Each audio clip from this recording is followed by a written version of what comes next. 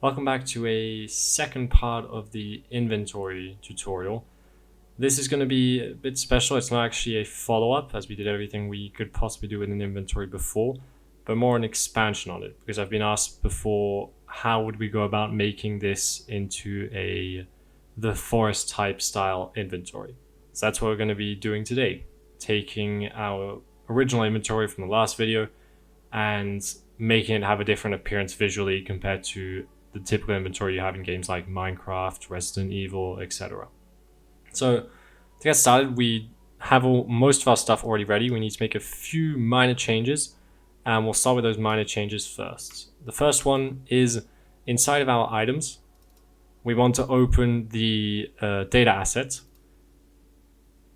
Once it's open, we want to add to the variables a transform. And what this transform is going to be is it's going to be an array, because how it's going to act is we're going to make a list for each item, what relative positions we're going to put these items in when they appear on our visual, let's say our inventory, visual inventory, which this time instead of being 2D is 3D. So we're going to use this to place them, and obviously if we have 5 in the array, then we can only place 5 items, so anything above that will just be invisible until the point that it goes below that. So we'll call this offsets, and that's all we have to do. We can compile and save, and that is our DA items done.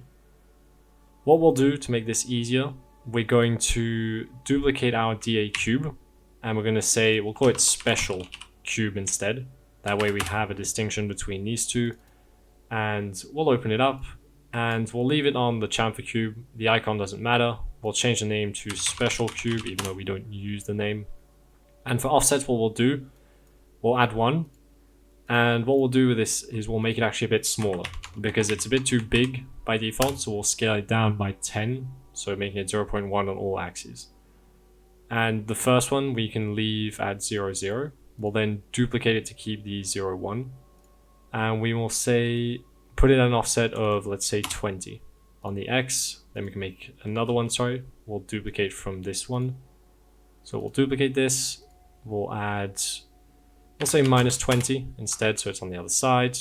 We'll duplicate it again, and this time we will say 20 on the Y, 0 on the X, and we'll make another one, not another one, we'll duplicate this, just to make sure we do the same thing, and here minus 20 instead. So this will make a basic cross with the items, and normally if they're scaled down enough, this should work just fine. So let's just close that.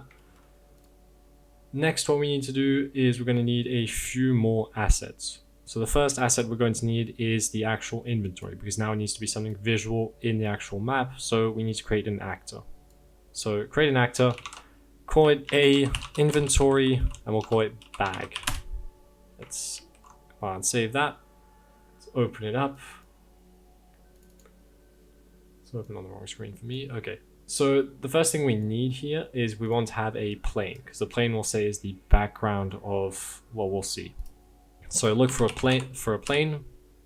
It's in the basic shapes. Select it, and the scale we're going to give it is 2 on the X and 3 on the Y. We actually want to reset this material here to the world grid.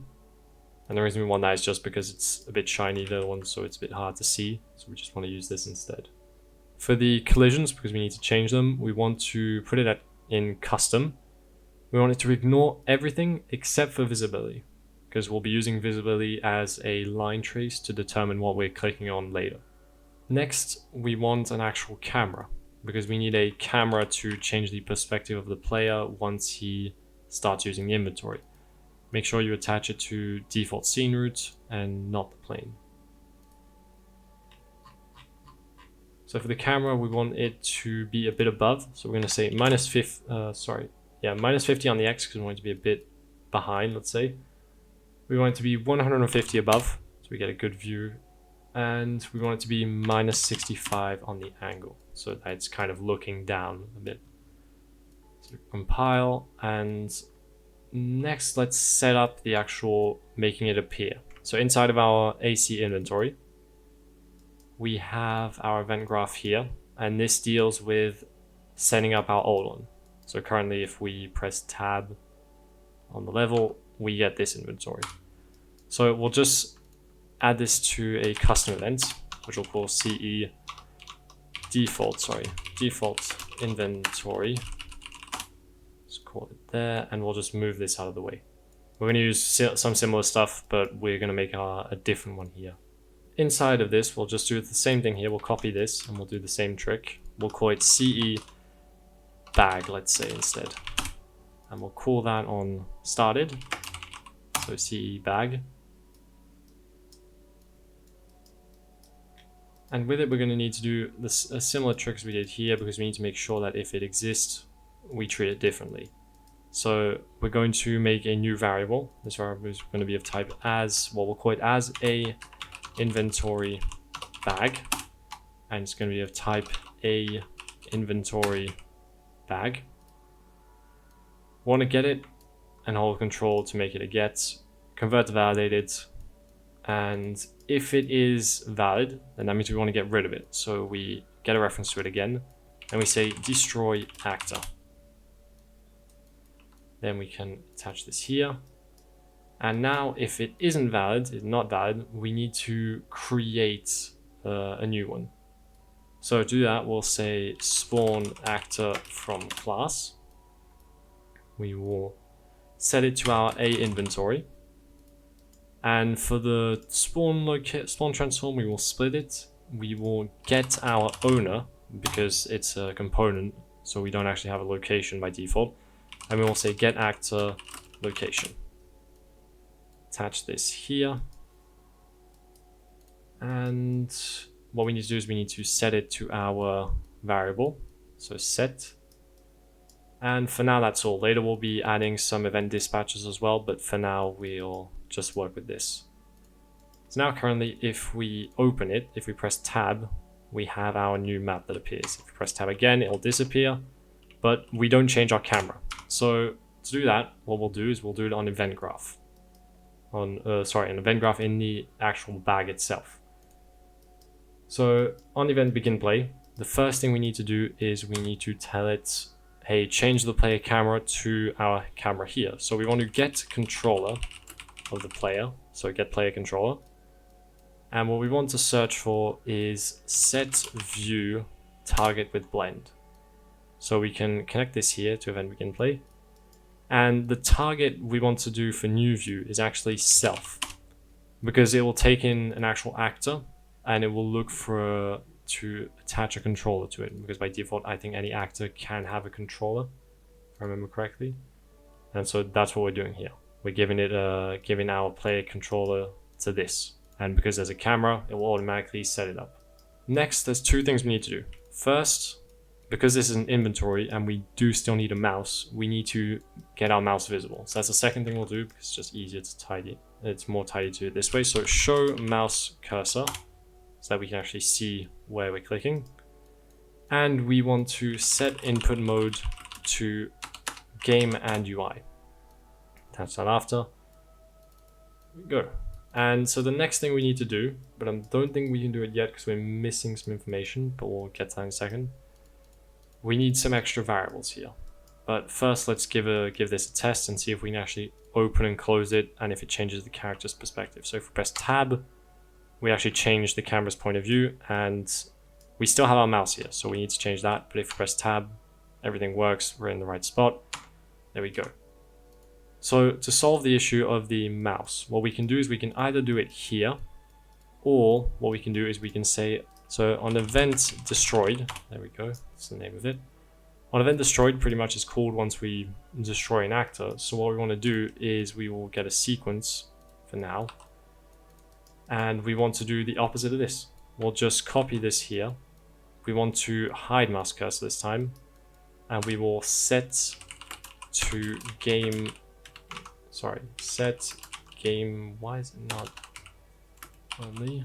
Yeah, set input game only, attach it here, and now if we go and press tab, we have our mouse visible. Press tab again, we're back into normal game mode.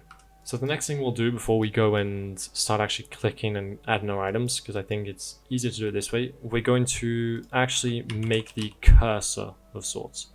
So to do this, we have to use the event tick. We could also use a timeline that we loop, or just use the event tick because it's just as easy, and it's only used in this function. It's only used in this actor, so it's not a problem. It won't overload or cause any issues. So we want to get player controller here, and the function we're looking for is convert mouse location to world space. And this is what we're going to use to actually test whether we can click on an actor, whether we click on the different items in our inventory. So to do the clicking, we're going to need an actual line trace because we need to know what we can click on. So we'll do line trace by channel, not multi, just basic line trace by channel. Go attach that to the event tick. And for the start, what we'll be using is we'll get the world location. And for the end, what we'll do is we will just, let me just move that here. For the end, we'll be adding this because we need to start and go forwards, right? But we'll be getting the world direction. But we need to multiply that by a certain distance, otherwise we won't be going anywhere. So I'll put 350. That's what I tried. It should be correct in most cases. Line these up again, move that a bit forward. And with that, we have our actual line trace. We just need to make sure we remove the ignore self because we're going to be adding some actors here that are the actual items. So that's what we need to do. So we untick ignore self. We put a branch here because if we don't hit anything, we don't want to do anything. And for testing's sake, we will put it for a frame and see if it works. So we play, press tab. As you can see, it follows the cursor, the red box being what we hit. If we go off, it doesn't work because it's too far away anyway. And we're going to be telling it only to detect specific items anyway, so it doesn't matter. So we can close that. We have our inventory, we have our mouse now. Next, we can move on to actually making our items, let's say. So we want a new actor again, and this actor is going to be of type, or we're going to call it, sorry, it's not going to be of type, it's basic actor, and we're going to call it ItemPile. Now, the reason we call it ItemPile is because, well, exactly what it's going to be. There's going to be multiple items that are going to be stacked one on top of the other, and they're going to be placed in the bag with a child actor. So with this now, with our ItemPile, what we'll do is we will create our variables in the actual inventory bag, because now that we have the variable the variable type that we need, we can create all the variables we're missing. So first what we want is we're going to make a variable called inventory. And this is the basic inventory we've had the whole way through the other tutorial, which is an integer with a map. And the second version will be our inventory structure right here. So what we want to do for this, just to make it easier, we'll put it expose on spawn, and we'll be setting that up right now in AC inventory. We want to refresh our node here, and we have our inventory, which we just plug in. This is just the setup, that's what it's for. Back in inventory bag, we want another one here, and this one will be item map. Okay, so what this item map is it's a way to reference our different piles, so that when we're searching to set up our inventory, we know which item needs to be modified and which one will be which, and where the actual items will go. So the type for this is it's going to be of type data assets item, not inventory. So data asset item, and we're going to give it a value of the actual item pile. So get a reference to that, and that's going to be here. So these two can be left, this variable can be left. Next, what we need is a reference to the last hit item, and that's going to be of type a single to start, and it's going to be of type a_item pile. There we go. And we're going to need a second one of these, which is going to be the previously hit item. So before going any further, what I think, well actually no, first we'll add the last thing in this function or in these variables. So we're going to add the event dispatches. And after that, what we'll do is we will set up the item pile first so that we have all our functions to call them here. And I'll explain what they do as we go along. So for the event dispatches, it's very similar to what we had before. First, we're going to have drop item, which simply takes in what item we're dropping, and that's going to be of type st_inventory. So this is item to drop. Next, we're going to have another one, which is item added. And item added is, it's going to take the key as a first value, and then it's going to take the actual value, and that is once again st_inventory. And the last one, item removed. Now, obviously, these are the three I'm setting up, but you can set up as many as you want depending on how many functions and options you have for your different items that you're going to be making. So for item removed, we simply need the key, and that will tell us whatever we need to know. So this is the key. We compile and save, and we can finish up with our AC here because we need to actually call it, but I forget something before we move on. We need one last function here. And this is because we need a function, so I'm just going to call a custom event here, ce_lmb, we'll call it. And this is just because we need a means to call our left mouse button inside of our inventory bag. So to do that, because we don't have an actual UI to click now, we need to actually inform it, well, hey, we're trying to click something, so you need to register that. So what we'll get is left mouse button here. We're not going to set up a enhanced input for this because it's very simple. And we're simply going to check whether our bag is valid. If it is, we get a validated get, and we tell it to do the left mouse button pretty much. So to check if that works, we will print here, hello. Let's try that. So if we left click here, doesn't do anything, but if we go here, it knows we're trying to click, and it will register it to perform an action here. So to perform those actions, we actually need to do this here, but sorry, actually I'm forgetting something. We do need to do this, which I quite literally said we were going to do. So just like with the case here for our original inventory, we need to do some event dispatches, which is going to be pretty much exactly the same. I think we can just copy these anyway. And there we go here. So we'll just copy these. And we're going to say bind event dropped, drop item. We'll attach it here, and we'll say item dropped.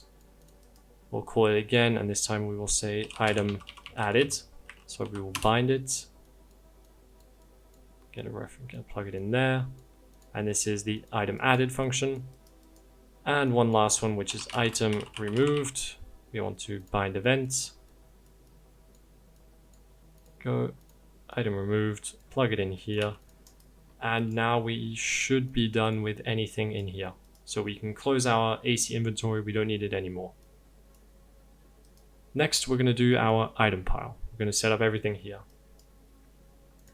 So inside of ItemPile, what we need to do first is we need to add our visuals. So for the visuals, we're going to add an instanced static mesh. So here, if you want, what you could do is instead of working with instant static meshes, because it has a disadvantage, is the fact that you can't modify the material or apply a, let's say, if you wanted to do an outline around the item, you would have to do it around the whole pile with this method. Now, you can do it with individual static meshes. You just have to do it instead of where I'm going to say add an instance, you would say add static mesh component.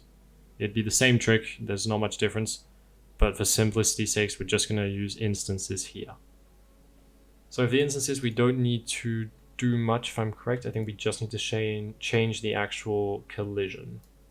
Let me just double check. Okay, so we don't even need to change the collision. That's perfect. So inside of here is where most of the logic is going to happen. So I'm going to start by getting the variables set up, or as many of them as we can. We'll start with a reference to our inventory bag, because we need one here, or at least it's easier to do it here than having another loop of event dispatches. So this is going to be of type A inventory bag. Next, we're going to need a timer handle. So this is going to be, just call it widget timer, and get a timer handle here. And we'll sort these in a second. We also need a key, and this is going to be the key referenced to the inventory itself. And obviously, if we have the key, we're going to need the item information. So this is the value. So of type st inventory. Compile and save. So for these, we'll just put them in a folder we'll call manage, and we're going to put both of them in there. For the widget or the widget timer, we'll put it in a folder called widget, and that it does it for our variables. We do need one more, and to do that, we'll have to add an actual widget. So we're going to do that. So right click in widgets.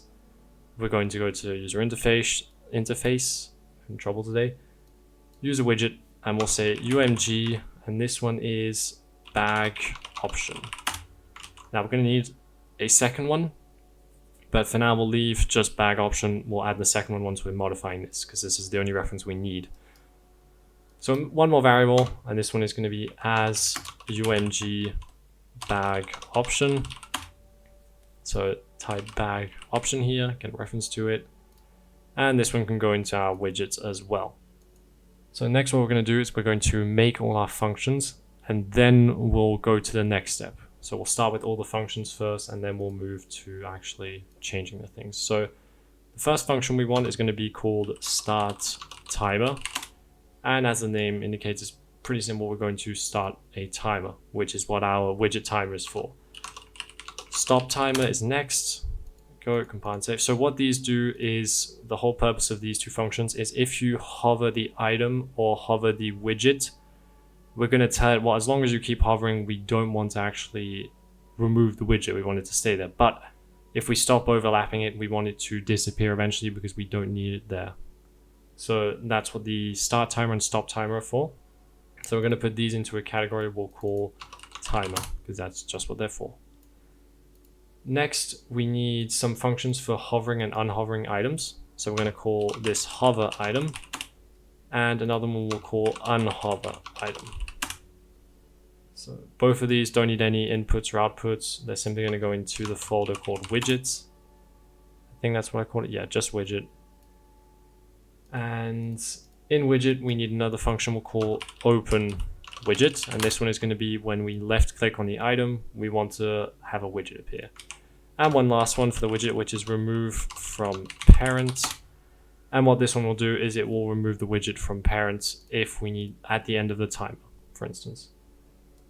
Finally, 4 more functions, and this is for the actual manage. It's the spawn items, it's the drop items, etc. So spawn items is first. We're going to put this in the manage folder. And if I'm correct, yeah, so these ones actually need some inputs. So for spawn items, what we want is we need a key, because this is how we're going to actually set the key here. So we get an integer. And then we want another one, which is quantity. As how this works is we're going to be setting up this information inside of the bag, because we're going to have them be child, because we want to place them by hand. We don't want them to be placed at runtime. So we already know what data asset it is. We just need to know how many there are. So that's what we're going to do here.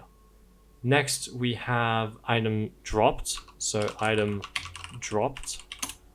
And item dropped is going to be pretty much calling what we had before. So it needs to take in the information of what we're trying to drop. So in our case, how this one's going to work is we're always going to drop one item. And because we already know which item it is, we don't need to have any inputs here. For removed item, we can duplicate. It's the same item removed. And finally, we have modify item pile appearance. So what this one is for is it will, based on how many items we have left, so the quantity, we'll be saying, well, hey, we only want this amount of instance static mesh, so we need to get rid of them if they're above that number. Or if we're at 0, we destroy the entire thing, we don't need it at all. So with all these functions, we can go back to the inventory. Well, let me just close these because we don't need them. We'll come back to them in a second and settle that up. We just want to finish all this here, that way it's done. We don't have to come back to the inventory bag again. So the first thing in the inventory bag we need to do is we need to actually add our actual item. So to do that, we will get a child actor here, and we're going to attach it to the scene root. And we're going to select the class, which is going to be an ItemPile. And here is where we get to determine where we want that pile to be. So we want it to be a bit off. We don't want it to be right in the middle. And by dropping down the child actor template here, we can get a reference to the different variables. So what we want to do is we want to tell him what data asset we're talking about. The key and the quantity don't matter. We'll be setting them up at runtime. So for data asset, we only have one here that takes it into account, because if we put these, nothing will really work. We just want the special cube. So set special cube, compile and save, and we're done with the child actor here. So what we'll say is this is special cube pile, we'll say. That way we know what it is. So in construct script, I think I did this. Yeah. So in construct script, what we'll do is we will go through our child actor component, and we will check if they are the actor that we're looking for, and if they are, then we're going to be able to tell it to react to that and move how it should. So we'll say get components by class. Sorry, they're not going to be moving. They're just going to be setting the information up. So we're looking for child actor here. And the child actor we're looking for, we need to do a for each loop for it. Because with a child actor, we can't immediately know what it is. So we need to do a cast. But to do a cast from a child actor, you can't just do it like this. Like, let's say to a ItemPile, it doesn't know. So what we need to do is we need to get child actor first, and we can actually do it from here. So if you've ever had trouble with that, that's the solution. So we want to cast to ItemPile.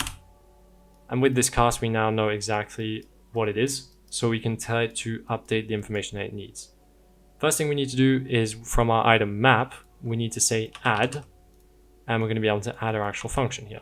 So what we need is we need our item information. We can split it here just so we get the data asset, which we plug into the key. And with this, we also want to reroute here, and we'll be plugging this here. So what it does is it knows that the data asset is the key, because when we bring items in, we know the data asset, so we need to tell it based on which actor we're talking about. So we do this here. And what we want is we also want to tell it that this here, inventory bag, so set as inventory bag here, we want to apply it here. So we'll get self. This is just so we have a reference back to this object itself. So we could, once again, as I said, do it with a event dispatcher, but in this case, it's a bit easier to just manage with that. Next, we need to go to our event graph. And in the event graph, the first thing we can do is our left mouse button. It's the easiest thing to do. We will get a reference to our last hit item, and we will convert to validated. Actually, it's probably better if we do a sequence here. We'll do a sequence, and we will check whether this is valid. If it is, we're going to open the widget. But what we also want to check is if, sorry, no, we don't need a sequence. It should be just like this. Pretty much what we're checking to do is if we can open something, we open it. If we have something already open, which is why we have previously hit here, if something is already open and we're opening a new one, then we need to remove from parent, because we don't want the set two to be open at the same time. So that does it for the left mouse button. It's pretty simple, but needs to be done like that. Next, we have our actual line trace here. And so this is where we need to, okay, actually one thing we can do first on destroyed here for the second one. If we close it, we need to check if the last hit item here, so a convert to validated, we want to check if it exists, then we want to remove from parent because we don't want to see the widget that it's showing. So now we can get to our actual line trace. So for the line trace, what we need to get is we need the actual actor itself, because once again, the line trace doesn't give us everything we need. We need to know specifically it's an item. So what we'll do is we will get here a reroute, so we always have a reference. And I'm going to sort these into functions, even though they don't have to be. It's easier for you guys if ever you want to make some modifications, you'll know what's called when. So first what we want to check is we need to check if the last hit item is valid. Check if it is. If it is valid, so we need to check whether it's the same, because if it's the same, there's no point in doing anything because the actor is already showing what we need to show. So what we'll do is a branch here, And on the branch, we can return, we'll make a function here. So we'll make a reroute. I'm not going to use this function, but at least you, if ever you need to, or you want to know what it is, this is what it is. So this function is hovering same item. That's what it's for. On the other hand, if we hit a new item, so in this case here, it's a new item hit. So we will collapse this to a function here. Actually, no, we need a reference to our actual new actor here. Not that one. I just want a basic reroute, please. So we'll compile these, collapse the function, and this is a function called hovering new item. So actually, sorry, that's this is probably wrong. This is hovering different item. So this is what happens when we have an item previously that we hit, but now we're hitting something different, so we remove it. Also, what we can do here is we'll change this to say no item hit, but because that doesn't really work, because we can hit the background anyway, we don't do that here, but we'll be doing it separately here. So this is hovering over a different item. So we'll just reroute this. You can open it up. And inside of here, the first thing we want to check is if we start hovering a new item, we need to tell, well, the last hit item needs to be unhovered because we're not hovering it anymore. So that's the first thing we do. Next, we need to check if our input pin is actually of the right item type. So we want to cast here to a ItemPile. And if we do hit something, then...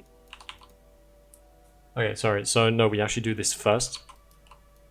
If we hit an item here that is valid of the right type, then that means we're actually doing something that is necessary, that we need to take into account. So if that happens, then we unhover the item. And the next thing we do is we will tell the previously hit item to be set to the last hit item before we go and update the last hit item to our actual new thing, which is here. So we will say set last hit item here. There we go. And let's just reroute that a bit. And with this, we can then say, well, you hover the item because that's the new item we're hovering. Now in the case here, we're going to reroute and make a new function. And this is going to be function collapse. And it's going to be no valid target hit. So this is going to be called twice. So event graph. Now back on the is not valid here. We need to tell it, well, we first want to check if we have, once again, a valid target. So we're going to say cast to a item pile. And if this is true, then we need to set up a new one. So this is new item hit. So we'll convert this to a function and we'll say hovering new item. And so this is because we haven't had an item before. And inside of this, we simply want to set our last hit item to this and tell it that it is being hovered. Hover item. Now, if this isn't the case, once again, we're going to say no valid target hit, and we're going to call that here.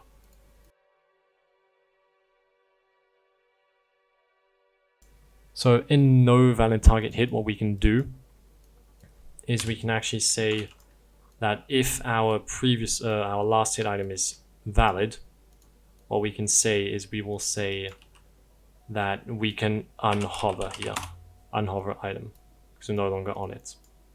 And so we only have one last thing to do now with all this done in the event graph. We need to finish our begin play.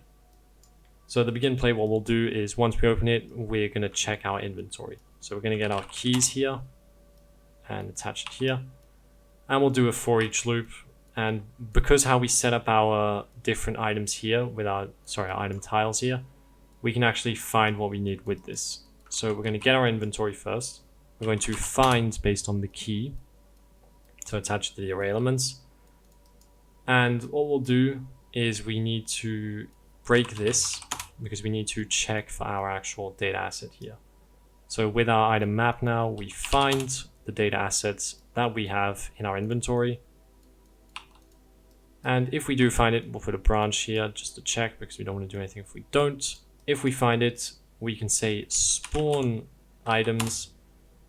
And as we mentioned, for the spawn items, we need the key, which is the array element here. And we also need the quantity, which we will get right here. We can line these two up. And that'll do the trick for setting up our actual function. So we no longer need our inventory bag. We can go ahead and close it. So in the item pile, the first thing we need to do is we need to tell the static mesh, or the instance static mesh, what they need to look like. So we're going to set static mesh here, and we're going to set it based on our actual information that we have right here. So we want to get key information. We will split, key information, no, get in item information, and we will get static mesh, and we will apply this to the new mesh. Go, let's align these up. Go. So that's all we have to do in the actual event graph. Now we can go about and do the functions. So we'll start from the spawn items. So inside of spawn items, the first thing we need to do is we need to say set key. And this is our variable here that we made. Next, we need to update our item information. So we will say set members in st. And the member we'll set is the quantity. So we can just directly plug that in here. One thing we can do here, just as a reroute because we need it later, is we then say -1 here. And now we're going to show visually what the thing is going to look like, because we need to add our different instances. Because this is only called once, this is how we do it here. So we get a reference here, we say a for loop, and we're going to attach it to the last, which is why you say -1, because the quantity starts at 0. Next, what we want is we're going to be adding our instances. So we'll say add instance, and the add instance goes into the loop body. And what we do very simply is we get a reference to our item information again, we split it, and from our data asset here, we have our, I think it was offsets that we called it. So we get our offsets, and we say get a copy, and we simply plug in the index, and for each quantity we have, we'll just go through our list and add as many as we can. So what we can do also, so actually we should probably do that first, is we're gonna actually need to change this to a for loop with break, as if we ever have more items, then there's no point in adding more instances because it will end up at the last spot anyway. So go there. And what we'll do is we'll get this. We will get its length. And if length -1, first we'll set up, we'll put this correctly because it needs to be the last one. If the length -1, just 1 because we already have minus, is double equal to the index, then we want to break the loop because we'll just do this. If it's false, we can call this here, no problem. We'll just get a reference to our index here. If this is true, we need to break, and that means we won't be going any further because we don't have any need to go any further because we have no more transforms to actually use. So we can compile and save, and that's all we have to do here. We're done with these spawn items. So next we can go to the item dropped. I think, yeah, modify pile can also go into the manage. So item dropped is pretty simple. We're going to tell it that we dropped an item. So we're going to get our item bag. I think it's inventory bag. We're going to get a reference to it, and we're going to say call drop item. And we will be splitting this. And because no matter the scenario, in this case at least, we're going to be dropping one item at a time. That's what the whole button is going to be for. We just put 1 here, and we get a reference to our item information again, and we plug this in here. Now, because of how this works, the drop function that we made in our AC inventory, it doesn't take into account the modifications. It doesn't change anything. It's just the action of dropping. So what we need to do is we also need to do an add. So first, before that, we need to actually modify this. So we're going to say here, we're going to recombine, and we're going to say set members, and the member we're going to be setting is quantity. So right here, what we need is we're going to get a reference here. We're going to say split, and we're going to say -1 because we have one that's being exported. There we go. Plug this into quantity. And now we're just going to call the added event. So we'll call added item, and we'll take our key, and we will take our information, align them up. Next, we need to break this again because we need to check whether it is equal to 0. Because if it's equal to 0, we need to actually do something different. So we will say double equal 0, hide unconnected pins, branch, and plug this in right there. So if this is true, we want to call removed or item removed. So that means there's none left. We have no more item. We can just get rid of it completely. If not, we say modify pile appearance because we've just changed it and there might be a need to actually change visually as well. So the next function we can do here is item removed, which is rather simple, or at least, yeah, it's pretty simple more or less. We want another reference to our inventory bag, and we're going to call removed item, and we'll get our key, and this will get rid of it in the actual inventory itself. Next, what we'll do is we will say item inventory set members, and we'll be setting quantity to 0. Now the reason we do this and we don't just say destroy actor is because if we add items back again later, destroy component, then we don't want to do that because we might still have items later that need to be added to this and we can't get rid of them because this time it's not done at runtime, but it's done before. So once this happens, we say modify appearance because maybe, well, now there'll be 0 left, so we need to modify it and get rid of them completely. So once that's done, we need to inform our actual inventory bag that we no longer have these items, that they don't exist. So we need to tell its reference to previously hit item that it's no longer valid. So we'll get our last hit item here, and we'll say remove. And for last hit, set last hit item, it's just going to be empty because there's nothing currently being overlapped. So let's just line these up. There we go. So next in line is the modify ItemPile. So let's just close these 3 up. And as I mentioned, modify ItemPile is about the appearance and only the appearance. So what we do is we're going to check how many we actually have visible currently. So we'll get instance count. And with the instance count, we're going to compare it to our quantity right here. And what we'll do is if quantity is inferior to this, we will have a while loop, which will go through everything and get rid of any extras pretty much. So let's just go and move this a bit closer. Very simply, what we do, we get a reference to these again, and we will call remove instance, just one, not instances plural. And the instance we want to get rid of is the count -1. So plug that in here. And what we want to do on the end on completed, we just want to check whether it's empty or not. And if it is, well, we will tell it to remove the widget as well. So get a reference to the key here. Go. And we'll say if you're inferior or equal to 0, then we want to remove widget. I think remove from parent we called it, yeah.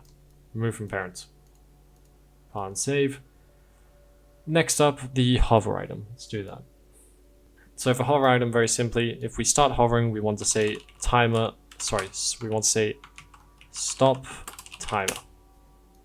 That's all we want to do here. And on hover item, or unhover, we want to tell it to start, no, actually I got this wrong. So unhover item we don't use, but once again, it's a case where if you have this as static meshes instead, then you can use this to highlight them with this function and the hover item as well. Because we don't want to have the widget disappear when we unhover an item because we're going to be on the widget and the widget is separate from the actual item itself. So we'll just not touch that. Next one, open widget then. Sorry about that. So open widget, For open widget, what we need a reference to our UMG bag option, which will be converted to validated. And what this does is, if it's valid, we do nothing. We don't actually want to do anything if it's valid, because this is specifically for opening the widget. So what we're going to do is we want to create widget. And to create widget, we'll be saying UMG bag option here. And we will say, well, we'll be setting its actual bag option right here. And one thing we need to do actually before we do anything else is, well, no, what we need to do here is we're going to need to do some binding, because we need to bind these functions to whatever happens in here. What we can do first is we will get mouse position on viewport. And this is what will allow us to set the widget to actually where we want to see it, where we actually click. So to do that, we need a reference to this again.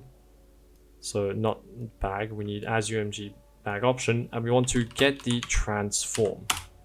And with the transform, we'll do the same trick as we did for members. We will say set members in the widget, so in widget transform, and we will look for the translation. And the translation is going to be the mouse position on the viewport. And to finish off, we simply want to add this to viewport. Go. Now with this currently, we can pretty much see what we need to see, so maybe we can run a test, just make sure if everything's visible. We can just finish really quickly the remove from widget. Yeah, we'll just do that. So inside of widget here, we can just do remove. And for the remove, it's very simple. We want to check if this is valid. If it is, we want to remove from parent. Remove from parent. And obviously, once this happens, we also need to tell this that it's now no longer set. So set to empty. And that's, I think, all our functions. I think we don't have the start and the stop timer. So for start timer, we're going to get our timer here. No, sorry, no. We're going to get a set value for that. And we're going to say set timer by event. The return value is going to go into our timer. And the event we're going to say create. And the event we're looking for is remove from parent. It is going to be 2 seconds is what I put. If you want to put less, you want to put more, that's fine. It's just how long it will take until the widget disappears after you no longer are interacting with it. And to finish, we have the stop timer, which is simply going to not get the information. We want to get widget timer. We'll say is valid. If the timer is valid, we put a branch. If it's true, then we say clear and invalidate timer by handle. Go plug that in here. And now normally, right now, if we play, all of this will work. We just can't see anything because we don't have an item yet. But we need to add an item because we don't have any yet. So we're going to add a special item right here. So by special item, I mean it's going to be our special cube here. And we'll put, I think we had 5 places. Yeah, so we'll put 4. We'll do play, and we will pick it up. And now if we press tab, we have the 4 different items that appear.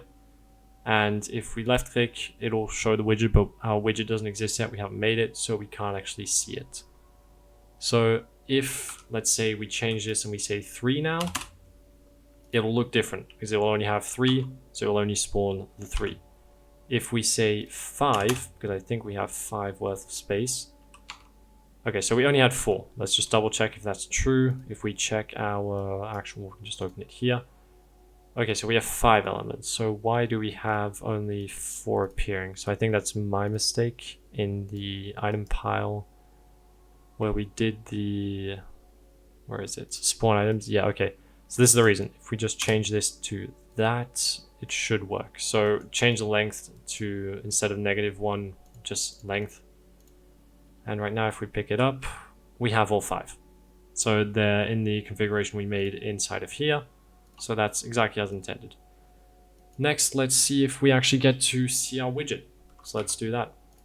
So as I mentioned before, for the widget, we need an extra one as well. And that widget is very, very simple to make. So we're just going to do that one first. We want to use a widget, UMG, and we'll call this bag buttons. Or at least, yeah, that's what I think I called it. bag buttons, and this is very simple. It's going to be a simple button here. Look for a button, attach it directly here. We'll make it a bit darker. I think this is the one we want. Yeah, so I'll make it a bit darker.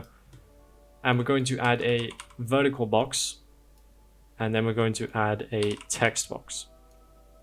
So the text box will go here, and we want to make sure it is all centered, and we'll change it just to tiny robot, and I put 18, I think. You're free to change this as you want. This is just customizable stuff. We want the text box to be a variable, so we'll just put name here. Make sure it's variable. Same for the button. The vertical box doesn't need to be, you can leave it as is. Compile and save. And pretty simply what we want to do here is we want an event pre-construct. We want to get our name. We want to say set text. Make sure you do the basic set text. Align these up, and we will promote this to a variable, which will just leave us in text. And we want this to be visible.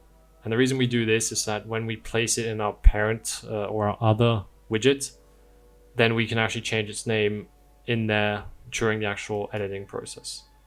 Next, we need to see if on our button on clicked, we're going to have to call an event dispatcher. So we'll say on pressed. And this is pretty much when we call it. So what I'll show it in here in a second. Just like how if we created our event dispatchers earlier, if we add a button here, and now that we have our, okay, so we can't call it in here, sorry, that's my bad, it's because it's the same widget. If we open our bag options, first, sorry, one last thing we want to do is we want to set a default value to in text. So just we'll say testing, just for now. And what that'll do is it will just make it written here.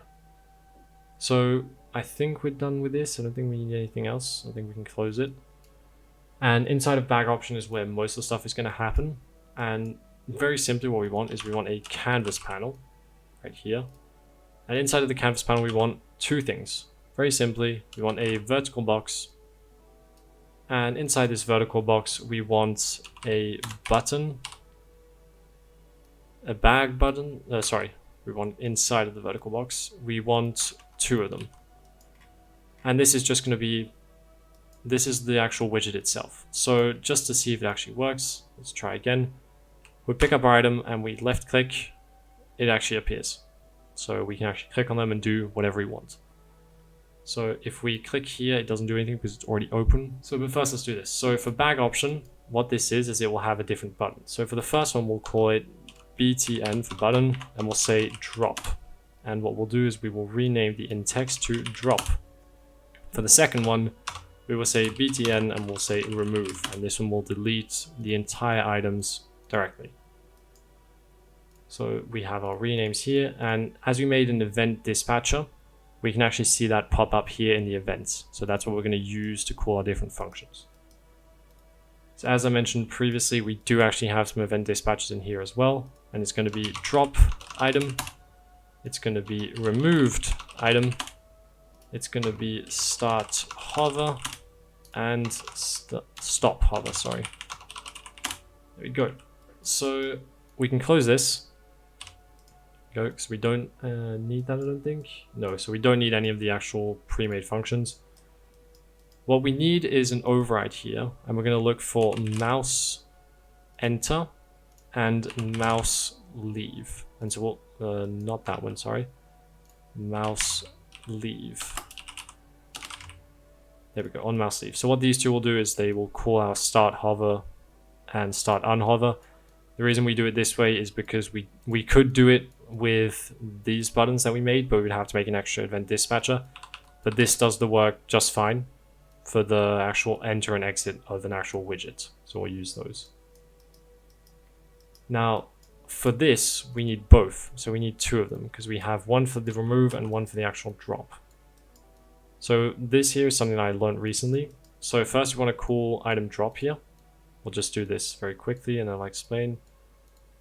So here, what kind of happens if we run this currently, if we run it like this, and let's say I pick up an item, I left click and I say drop, and then I want to press tab to close again. Well, it doesn't work because tab is currently focused on the widget. So this is specifically with tab, right? If we had I to inventory, it wouldn't be the same, but we want to use tab here. So this is something that I learned very recently. If you have that situation where you press a button and then it focuses it, because that's how the Unreal works. So to avoid that, if you want to do tab out after pressing a button, what we can do is we'll call here delay until next tick. And I tried doing this without and it didn't seem to work, but if we just do this, it works. We want to say set focus to game viewport. And if we compile and save now, if we go and do, once again, pick up an item, left click, drop, and now we press tab, it actually closes it because it's aware that we didn't want to be here any longer. So normally, right, if we unhover this, after 2 seconds, it should disappear.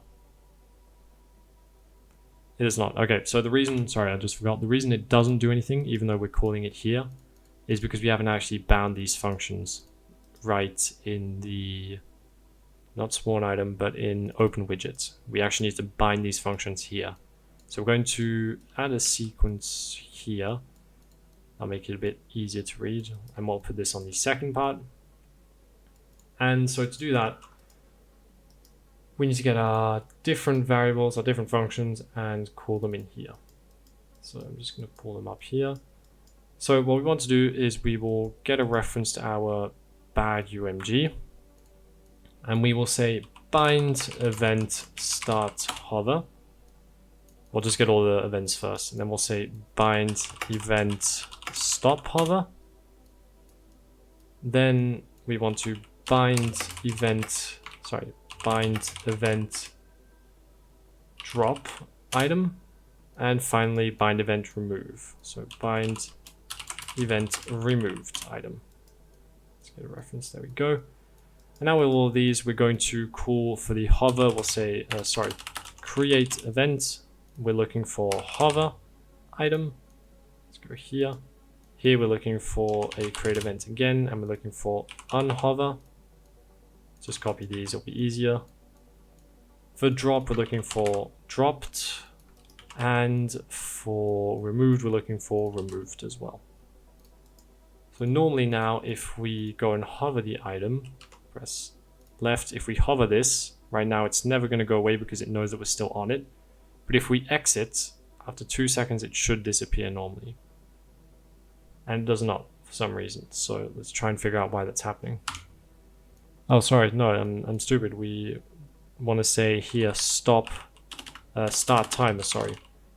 Otherwise, we never actually tie it to start, if I'm correct. Yeah, let's just have a look, find reference. Yeah, so we don't tie it to start if we don't have it on the unhover. That's my bad. Unhover item may not be the right term. It's unhover widget. So now if we hover it, it keeps going, nothing wrong. But if we unhover, it should disappear. For some reason, it's still not disappearing. I'm going to put a print to see how that works.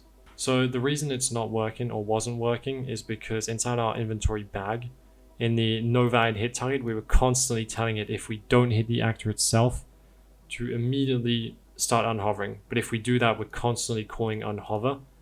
So that doesn't work. So what we can do here, say unhover, we can check here whether the widget is valid. And if it is valid, that means we're already trying to actually delete it. So we don't need to call it again. So we'll say if this is false here, compile and save, and that should fix it while keeping this here. So let's try, if we go and click here.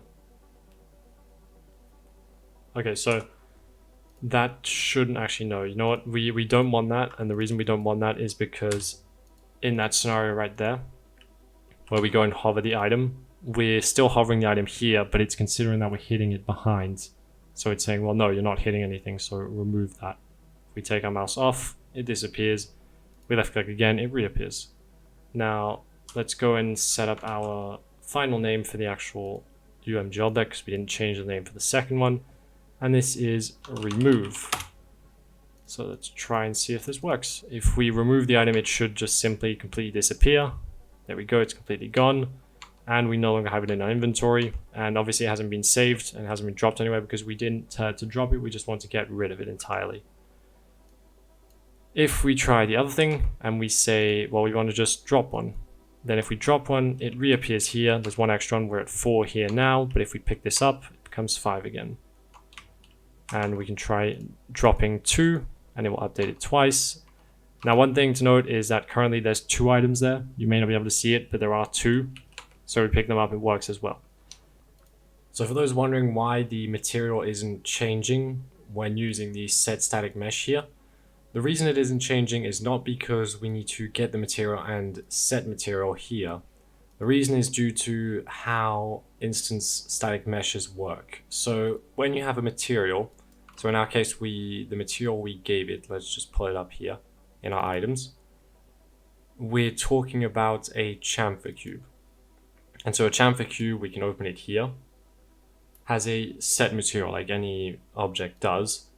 And if we open the material, we actually need to change something for it to work. So go ahead and open the material. And to get it to work with instance static mesh, we need to actually tell it to work with instance static meshes. So inside of the details of the actual main thing here, we want to look for instance static meshes and we want to check that. And if we do that and we apply, if we run this now, it should prepare shaders and work. So that does it. I think that's everything. So thank you for watching. I hope you enjoyed. I hope this was a good tutorial. I don't know if it's for everybody, but I don't believe there's many on making an inventory visual like this. So I hope it helped. And I will see you in the next video. The next one will probably be making the widgets in a format more similar to Resident Evil, where you can have any kind of shape inventory items, like L-shaped, a circle, whatever you want. So we'll be doing that in the next tutorial, and it's going to be completely alone. You don't need to follow the prior one or this one for that. It'll be all by itself. So I will see you then. Goodbye.